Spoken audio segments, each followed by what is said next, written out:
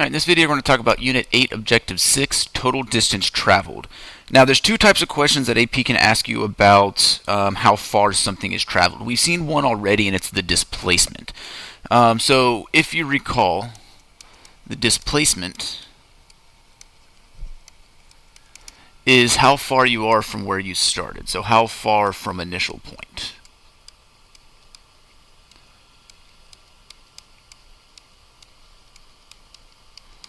And we find that by saying the integral from a to b of v of t dt.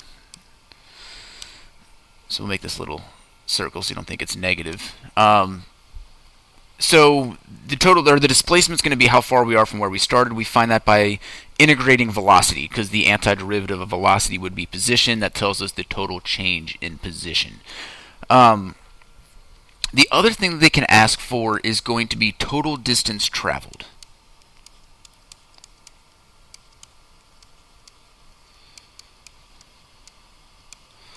And we don't really need to define total distance traveled because it's just the total distance traveled. So if you think about a graph of velocity versus time,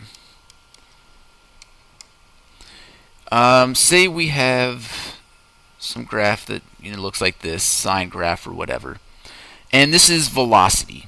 So if we're trying to think about position, this first little spot here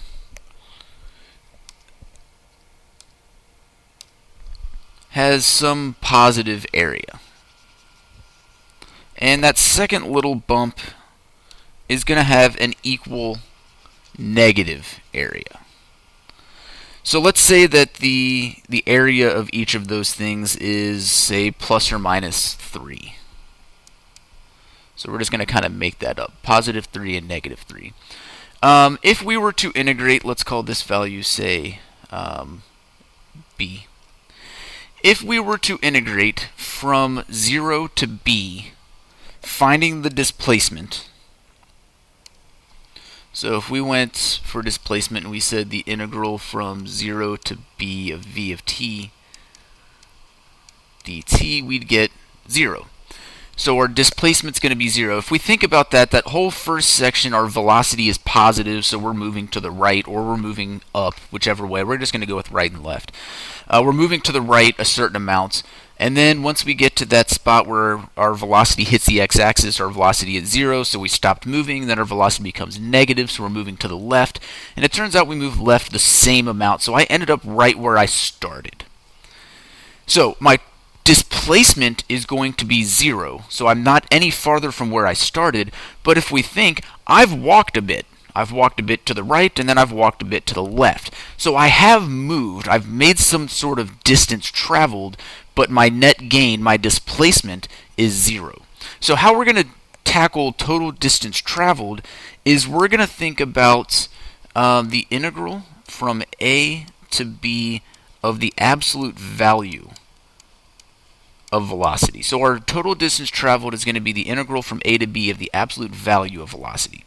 And what an absolute value does, hopefully this is not new, it's going to take all of your negative values and it's going to make them positive. So if we look at the graph over to the right, all of that negative velocity stuff is going to turn positive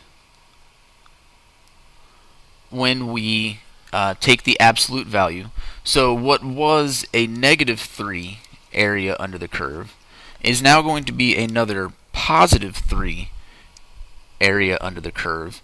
So if we were trying to find the total distance traveled by the particle, we would say from 0 to b, the integral of the absolute value of v of t with respect to time is going to be 6. So I walked 3 units out to the right, I walked 3 units back to the left. My displacement was 0, but I walked a total of 6. So total distance traveled, integral from a to b of the absolute value of velocity. That'll do it for this video. We'll see you in the next one.